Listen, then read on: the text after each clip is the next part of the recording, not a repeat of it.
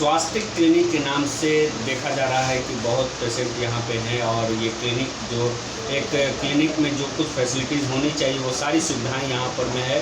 हम जानना चाहेंगे मैडम आपसे कि क्या कुछ परिचय हुआ आपका और इस क्लिनिक को खोलने का क्या कुछ मकसद हुआ और यहाँ पे पेशेंट्स जो आ रहे हैं वो कहाँ से आप आ रहे हैं आप तक। थैंक यू आप सबको कि आप मुझे एक अवसर दिए हैं आपके चैनल के बारे में बात करने का और हम अपने बारे में बताने का, इस हॉस्पिटल्स के बारे में बताने का। मेरा नाम डॉक्टर अनीता कुमारी है, मैं गायनेकोलॉजिस्ट हूँ। मैं SKMCH मुजफ्फरपुर में भी पोस्टेड हूँ और ये मेरा प्राइवेट क्लिनिक है।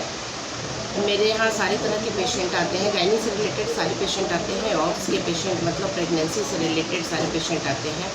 मोस्टली यहाँ पे नॉर्मल डिलीवरीज होती है। जैसे ये क्लिनिक खुला है दिसंबर से अभी तक नॉर्मल डिलीवरी बहुत हो गई है और सीजेरियन बहुत ही कम ही हुए हैं। ज़रूरत पड़ती है तो मैं इमरजेंसी में भी नाइट में आती हूँ। आने में मुझे जो भी टाइम लगता है 10 मिनट 15 मिनट का, बस उतने एक देर में मैं इमरजेंसी में भी अवेलेबल हो जाती हूँ। और मेरे यहाँ सारी तरह का ऑपरेशन भी होता है, सब DNC भी होता है, पूरे नॉर्मल रूटीन चेकअप प्रेगनेंसी के भी होते हैं। इस हॉस्पिटल में बहुत सारे पेशेंट आते हैं जो इस लोकेलिटी से है और नियरेस्ट लोकेलिटी जैसे रामकृष्णा नगर है, खेमनी चक है, हनुमान नगर है, सिपारा है, ये सबसे जगह से मेरे यहाँ पेशेंट आते हैं। मैम कहीं न कहीं देखा जाता है कि जो ये डिलीवरी का जो पेशेंट रहता है, प्रेगनेंसी की बात कर रहे हैं हम, और प्रेगनेंसी के लास्ट स्टेज में जो है सो नॉर्मल डिलीवरी ना कराकर कहीं न कहीं सीजेरियन ऑपरेशन करके और ज़्यादा बिल का चार्ज करके और ज़्यादा दवाइयाँ दे करके जो है सो पेशेंट्स को जो है सो एक आर्थिक रूप से जो है सो दबाव दिया जाता है। लेकिन क्या कुछ कहना चाहिएगा? नहीं, मैं तो इसका फेवर नहीं करती हूँ। एक्चुअली नॉर्मल डिलीवरी तो is a natural process, but caesarean जो कर रहे हैं उसका कुछ ना कुछ इंडिकेशन होता है, मतलब उसके कुछ कारण होते हैं। ज़रूरी नहीं कि वो बस चार्ज बनाने के लिए किया जा रहा हो, ठीक है। वो लोग जो करते हैं वो गांव में जो माल प्रैक्टिस कर रहे होते हैं वो लोग करते हैं। बीइंग ए डॉक्टर ऐसा कोई नहीं करता है। मैं खुद गायनेकोलॉजिस्ट हूँ और मैं खुद इस बात का सपोर्ट करती हूँ कि नहीं, नॉर्मल डिलीवरी होना चाहिए, क्योंकि this is a natural process, उसको बाय बर्थ है। लेकिन जब इंडिकेशन होते हैं, जैसे बच्चा घुमा हुआ हो, पानी की कमी हो, अवल नाल पहले निकल गया हो, उसको बहुत ज़्यादा बढ़ा हुआ, फिर भी हम नॉर्मल डिलीवरी का ट्राई करते हैं।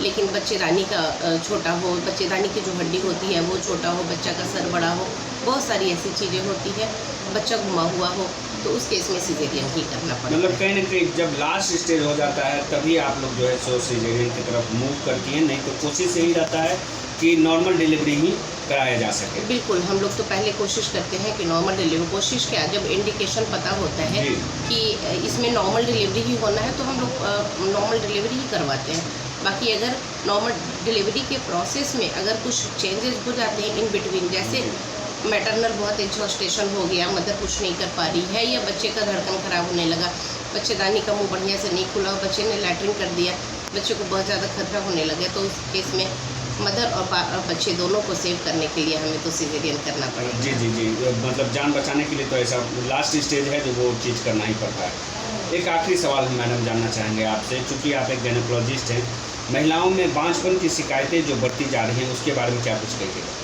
देखिए, आज का जो सोसाइटी है सब लोग अपने कैरियर की तरफ मूव कर रहा है।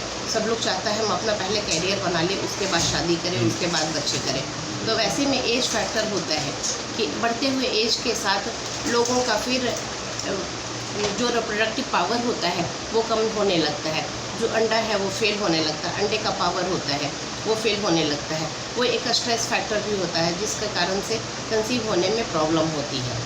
आपके तरफ से क्या कुछ मैसेज रहेगा वैसी महिलाओं को जो ज़्यादा उम्र होने के बाद मतलब बच्चा चाह रही हैं लेकिन फिर भी बच्चा नहीं हो पा रहा है, क्या कुछ कहना चाहिएगा? सबसे पहला एंड मोस्ट इम्पोर्टेंट थिंग तो यही है कि डॉक्टर से मिल करके जो सजेशन हो रहा है वो सजेशन अपनाएं।